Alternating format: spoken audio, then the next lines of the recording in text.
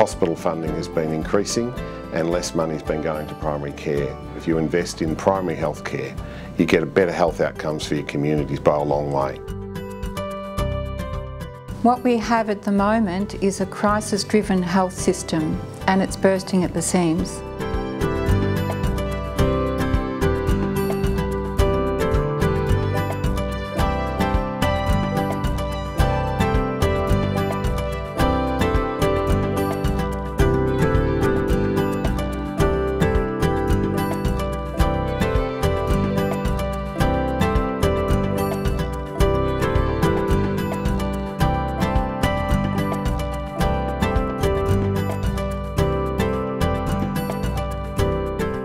So one of the challenges for the Medicare local over the next few years is to make sure that our disadvantaged communities are looked after.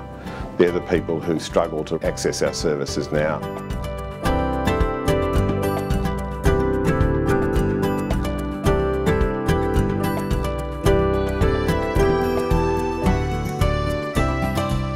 We need care at the beginning, the middle and the crisis end. At the moment it's just the crisis end, and it's not sufficient, and many people are falling through the cracks with tragic results, as was the case with my son.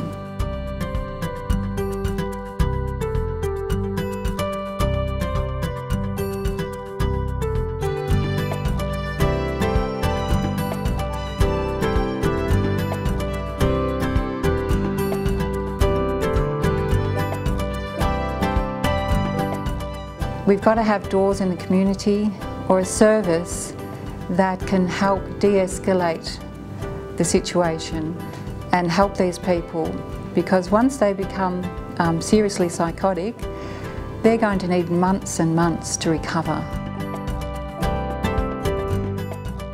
I think it would be fair to say that mental health is a concern of the community, and having the Medicare local take a lead in this area really does reinforce that message. It is in bringing people with different perspectives together that the Medicare local, I think, facilitates innovation. When people who don't normally work together come together to think afresh about the problems that they deal with on a day-to-day basis, new ideas emerge.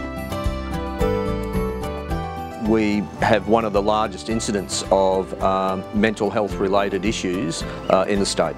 I think it's really important to try and keep those that we can out of the emergency departments. A better service right at that critical point. We would have a police officer and a trained psychiatric clinician in the same vehicle. I'd like to see this particular unit go Victoria-wide. I'd like to see it go Australia-wide, and it potentially can. Our mission in part is really to make Medicare better. One of the things that we're focused on is keeping people well and out of hospital as much as we can.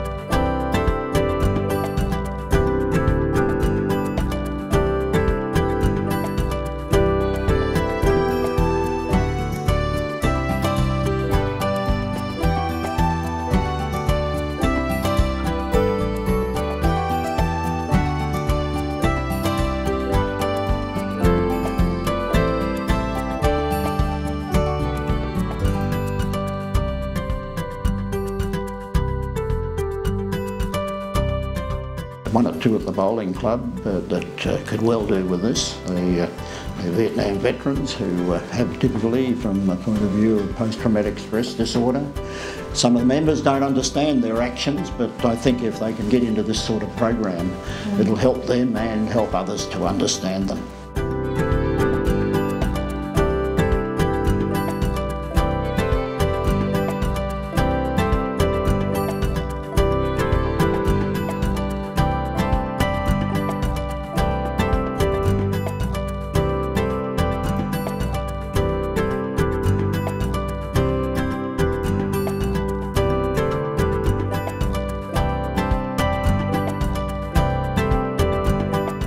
A whole lot of people who are missing out on services at the moment.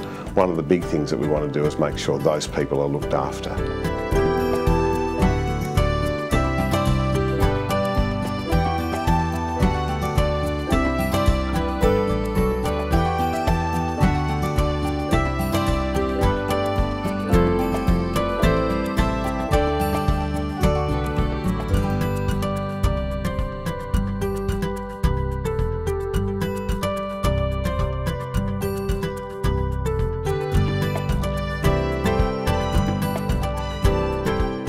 We're all short-statured. Paul and I have both come from average-sized families, so I didn't know what to expect when we had our children, and both were born with dwarfism.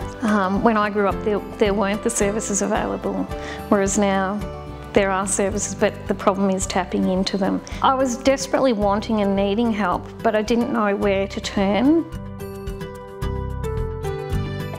We want the community to be involved. It's your Medicare local, not ours. But I think having one governing body to perhaps go to, and that particular place having all of the resources and knowledge of all of the resources that we could tap into would be fantastic.